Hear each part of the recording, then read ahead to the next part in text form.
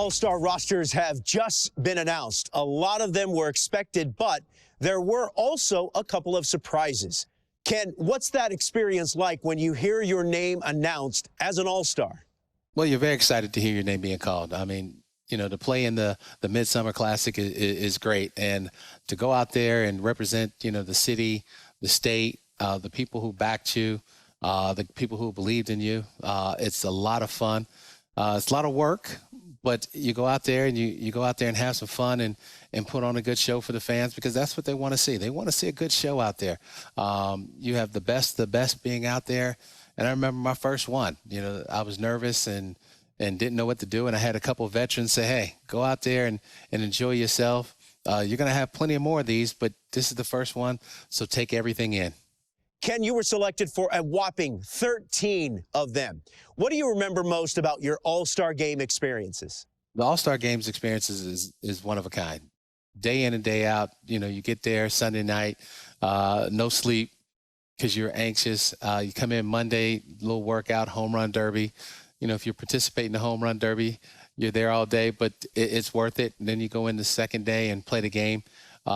Just nothing that you can I can put my hat on, or one thing that is better than the other, but they're all in all, it's a great experience for the, you know, the 3 days that we're there.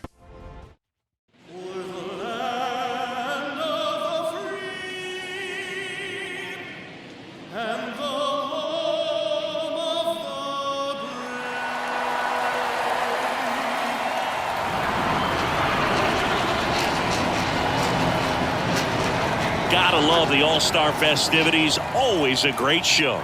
We'll be back to get this thing started after this. And welcome in, everybody. Glad you're with us. MLB The Show brings you the MLB All-Star Game. It's the National League All-Stars taking on the American League All-Stars.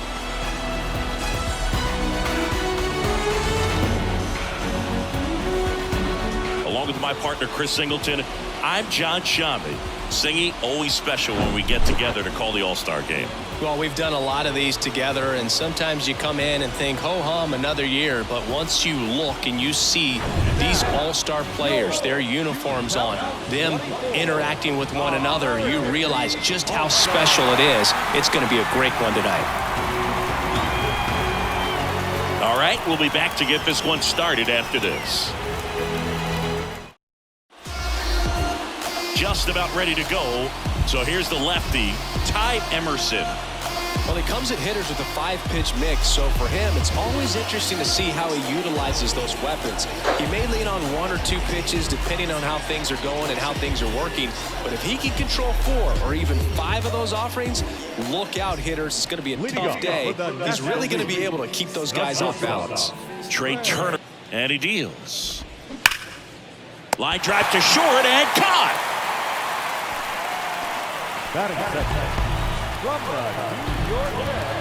And now here's Jeff McNeil. The MO for him is contact, a guy who's going to deliver after. Or a guy that you could put at the bottom to help turn that lineup over to have some momentum for your top hitters coming up to the plate.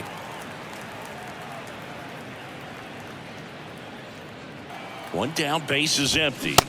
They say it went. No ball, 2 strikes.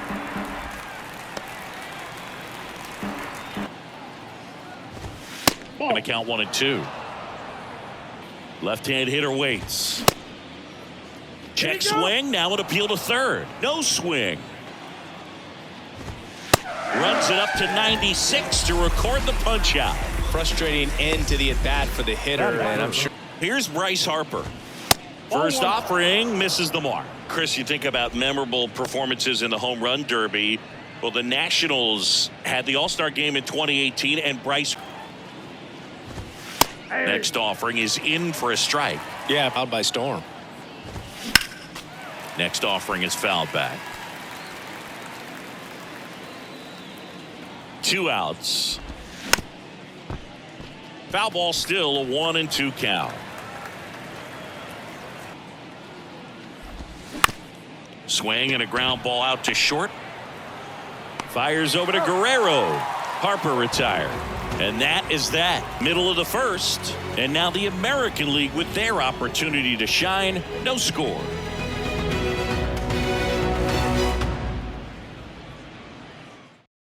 Bottom of the first, here's Kyle Tucker. For the American League. Some background on Max Fried. He grew up in Los Angeles. He pitched his high school ball at Harvard Westlake, and he was teammates there with Jack Flaherty and Lucas Giolito.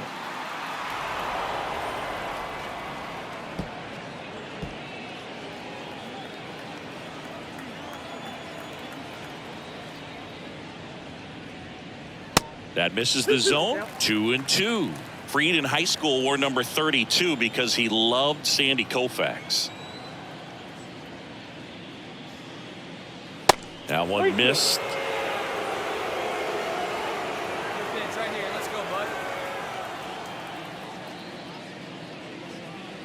Good plate appearance there. Able to take the walk. I don't think he really wanted to pitch to him right there anyhow. Now it's Alex Bregman. The third baseman, Alex Bregman. 3 balls, 2 strikes the count. Hit hard. Should be extra bases. Tucker around second, headed for third. Turner with a relay throw, but it's offline, and it's 1-0. Everything came together for him. Nice line drive to the pull side right there, but he didn't spin off of it. That's the key. You still have to extend through the baseball in order to hit a line drive like that. It's Aaron Judge now. Kicks and deals. On the ground to short, Turner. 1 gone, bottom half of the first. Batting fourth. Now it's Yordan Alvarez. He's not going to get cheated up there. No, he's not. He's looking to do damage with every swing he takes.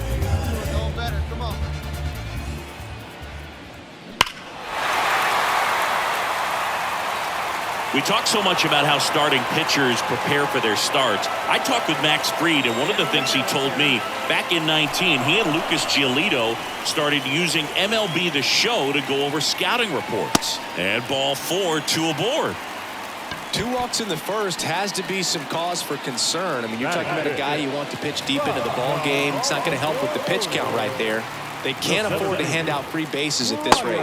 Next offering finds the zone, and the count is full. Max said he's not sure who actually started at first, but it was 2019, and he and Giolito, who were teammates together in high school in Los Angeles, they had the idea to become more familiar with the opposing lineup using MLB The Show.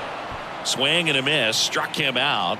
2 out. He came out of his mechanics there. Typically he likes to shoot the ball the other way, but that time a little anxious. So first and second with 2 outs. Seager stands in now. This is another guy capable of hitting tape measure home runs.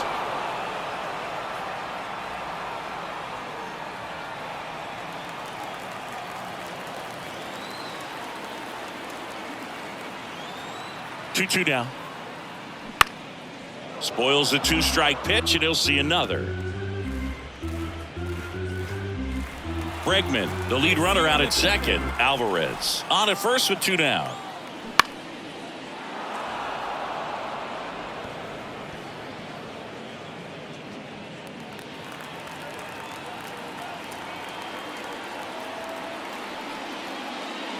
Caught him looking for the K. 1 run in the inning, but they leave 2. We head to the second in Arlington. The American Leaguers on top, 1-0.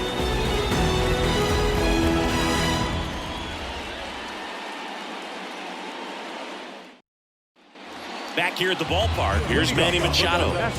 Singing, you can't ask for anything more. This guy checks all the boxes offensively. He's the ultimate the leadership that he shows on and off the field. Pitch misses inside, ball 1. Singing Manny Machado, what a player he's turned Ty on. And here it comes. Inside, ball 2. Well, it's so great grow into his body, and that man strength has come over the years. 2-1 now. And a swing and a miss. 2 balls, 2 strikes.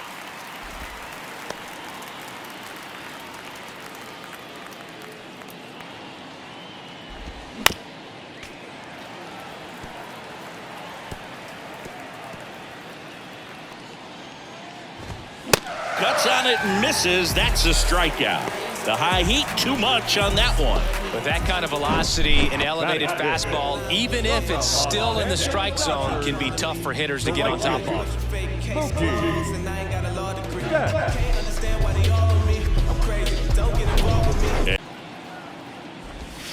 That one's in there, 0-1.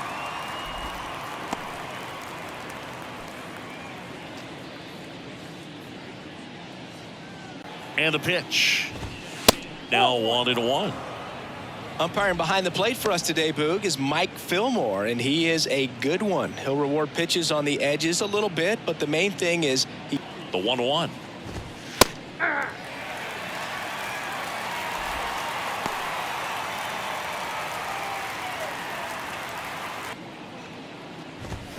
Gets a piece and stays alive. The 1-2. Way inside, gets out of the way. And now the lefty just misses with that one.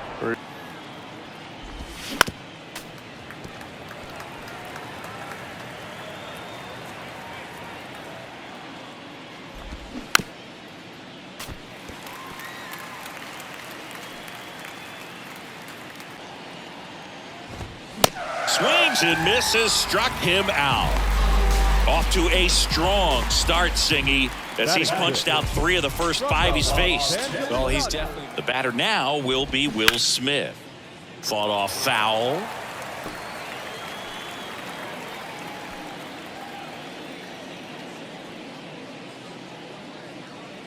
And a pitch.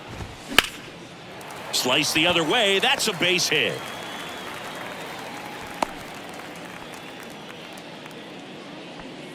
Batting seven. And the first pitch misses for ball 1.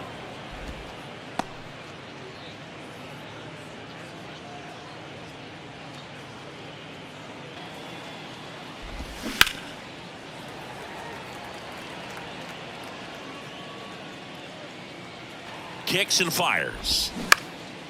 Right side. Judge is there. Squeezes it. And that is that. So no runs here on a base hit, no errors, and 1 left. We go to the bottom of inning number 2. The AL out front here, 1-0.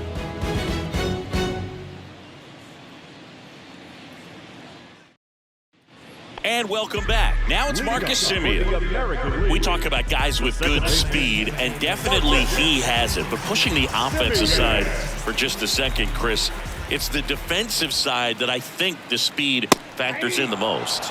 Next offering is in for a strike. Well, he gets to balls that get by most people at that position. Just really impressive because there's certain times the ball comes off the bat, automatically that team that hit it thinks that they've got a base hit or they may have extra bases, and he just takes it away. Here's Vladimir Guerrero Jr. And what makes him even quicker is the fact that he's so dialed in on the pitch as it's moving through the hitting zone. He can see how that hitter's lined up, what he's trying to do, and where that pitch is going to end up, which gives him that really quick first step, and that's why he makes so many great plays. The big lefty turns, kicks, deals.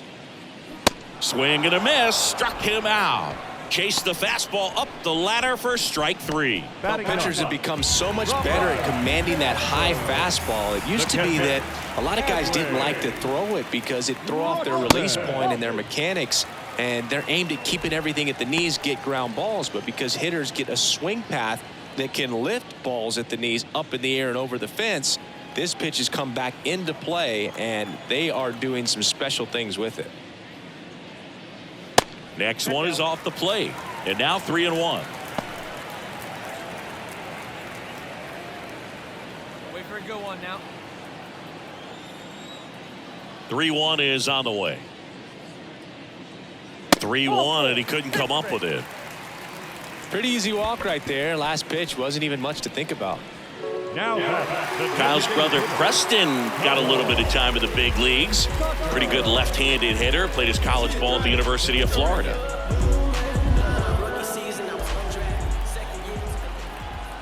The pitch. You know, Singy, this is true. Max Fried, the night before his starts, will sit down and take his scouting report and play MLB The Show to see how his pitches work against the other team. That's pretty impressive right there. The next pitch misses. 3-1. First pitch strike from the pitcher, but then no panic at all by the hitter. Very patient, showing good discipline. Now he's in the driver's seat with the 3-1 count. In for a strike. Now it's 3-2. Great RBI spot here. Just got to stay focused on the pitch. The runner will be in motion, so something in the gap should definitely score it.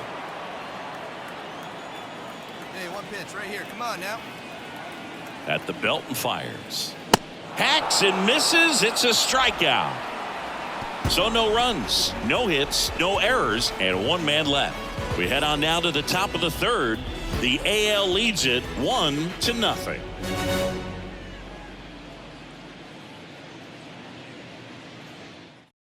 On the mound now, Carlos Rodon. And he's had 3 days off since he pitched last, so expect him to be totally rested. I'm sure he's itching for this opportunity right now.